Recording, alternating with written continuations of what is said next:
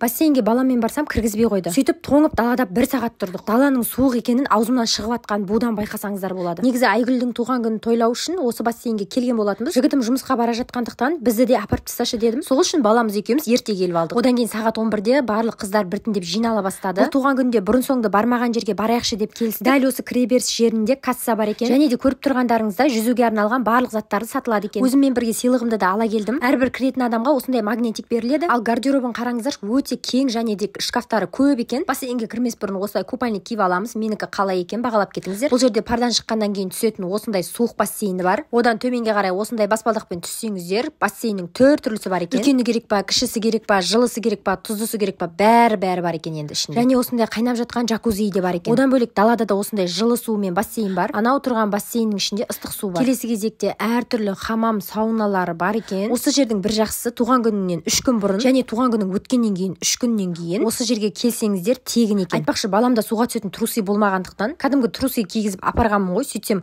қасыма қайта келіп, адамдары қоймады, трусы алып беріңіз, бізде сатылады деп. Енді барып сатып әкелейін, балама қарай тұрыңыздаршы деп қыздарға тасап кетсем, балам да жоқ, қыздар да жоқ қой. Ешқайсысын таппай паниковать етіп қалдым. Қайта маған жадыра келіп тұр ғой, біз деген 3-ші этаждамыз деп. Сөйтіп осылай халатымды, баламның мынандай несін барлығын алып бардым. Ал мен мына трусыйды 3000 теңгеге сатып алдым. 3-ші этажға көтерілсек, осындай әдемі холл бар екен. Бұл жақта көптеген массаж бөлмелері бар. Және де көріп тұрғандарыңыздай осындай үлкен әдемі тұз бөлмесі бар екен. Бұл бөлмеде монетизация ма, медитация ма, не деуші сондай бірдеңе жасасаңыздар болады ғой жатып алып. Ол жерден шығып 4-ші этажға көтерілсек, асханасы бар екен. Бірақ 1 минусы тамақтарды тек қана 2-ден бастап жасаймыз дейді. Ал біз кірген уақыт таңертеңгі 11-ден түскі 3-ке дейін. 3-те шығып KFC-ға келдік. Осындай бір үлкен наборға заказ бердік. Қасында 1,5 литрлік пепси бар екен. Әр қыз өзінің тілектерін айтып, Айгүлге әкелген сыйлықтарымызды табыстадық және барлығымыз ақшалай да жинаған болатынбыз. Соны да табыстап бердік.